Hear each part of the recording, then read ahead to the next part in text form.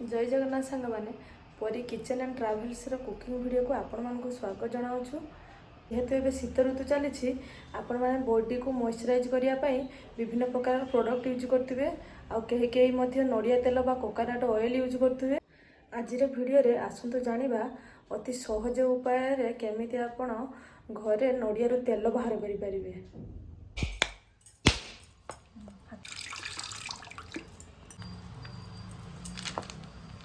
मुझे तीन बड़ बड़ नड़िया को फटेकी तार पानी बाहर कर नहीं एबे ताकू मु ग्राइंडिंग करनेबी। आपण चाहिए कुरी भी पारे। मुझे सब नड़िया गुड़ा को छोट छोट खंड में काटी नहीं जो ग्राइंडिंग करने सुविधा हम। आपण चाहिए कुरिकी भी नहीं पारे।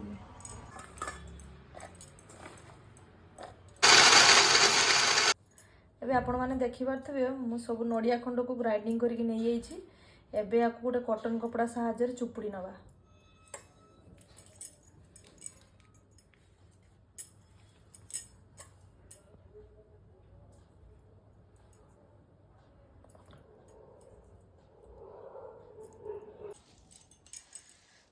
आपण माने देखंते मु एई भली उपाय रस को बाहर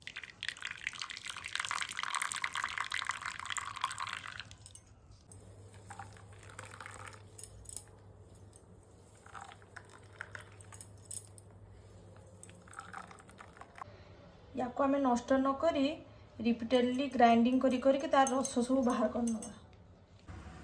3-4 थर रस बाहर कर सारा पर देखो केमती नड़िया पूरा ड्राई हो। या को आपण वेस्ट न करी भाजिकी ड्राई कोकोनट भाव यूज करें। एबे मो पूर्व बाहर करथिबा नड़िया रस को कढ़ाई रे दे दूची।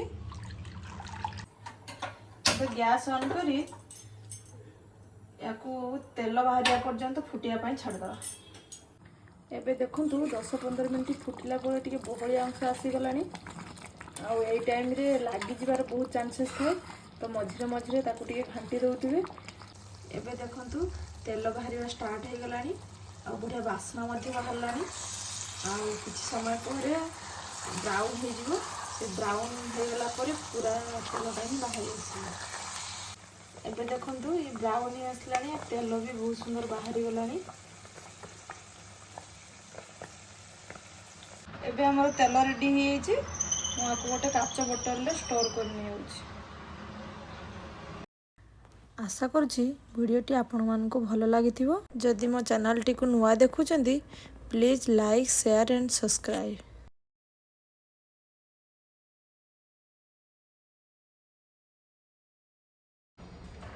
एबे प्रस्तुत हो गला शुद्ध नड़िया तेल।